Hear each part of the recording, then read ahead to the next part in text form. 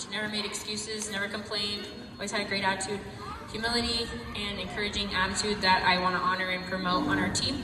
And lastly, she scored a bicycle kick, so she automatically deserves this award. So that one goes to Kate Strelo, who's not here.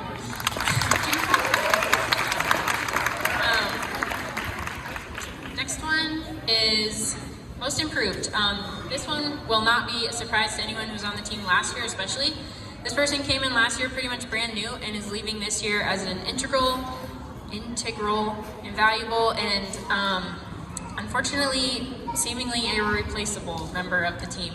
Through hard work and skills accomplished mostly on her own, because her position is just not at all my specialty. She took on arguably the hardest position on the field and really excelled, especially this year. I think it takes a lot of humility and bravery to put yourself out there and try something new in high school, especially.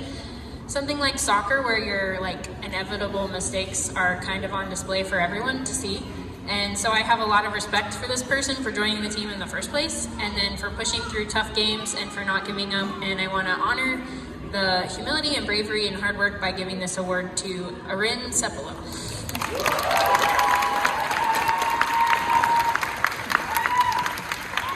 Alright, next one, also not here, but she'll hear it on the video. MVP is not usually a hard one to give out in my years as coach, but this year there was a bunch of people in the running. So I had an idea, and I asked a few other people what their opinion was, and I think I chose the person that's the best all-around player. She was a fantastic, just natural athlete, very fit, very fast, great skill with dribbling, trapping, passing, shooting, long balls, everything.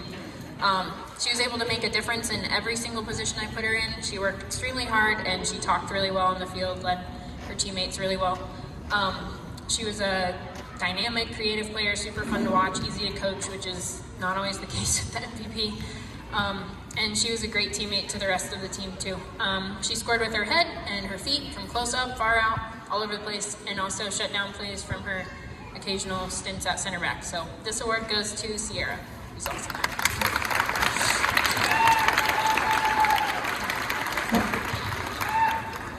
Okay, last one. This is maybe my... Oh, I thought that was my microphone. This is maybe my favorite award to give out. Well, a lot of times these awards, the Coach's Choice Award, go to older players on the team because everyone looks up to them and they've got experience and they're going to graduate soon and all that. This year's award is kind of unusual because I'm giving it to the youngest player on the team. Despite being the youngest, I asked her to step into a position this year that she never played before, and not just any position, but the position that, in my kind of style of coaching, is pretty much the quarterback of the team. I knew I was asking a lot of a player who was really young and really quiet, and I think at first it was not only a little intimidating, but also a little disappointing because she liked her position on the wing or up top.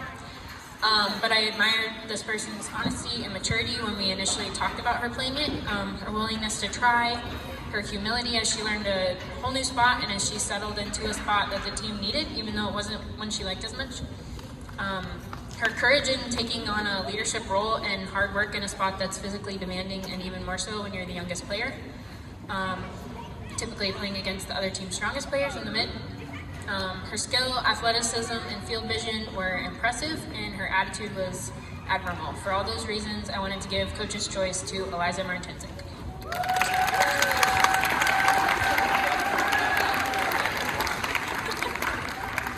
That is all my awards, so...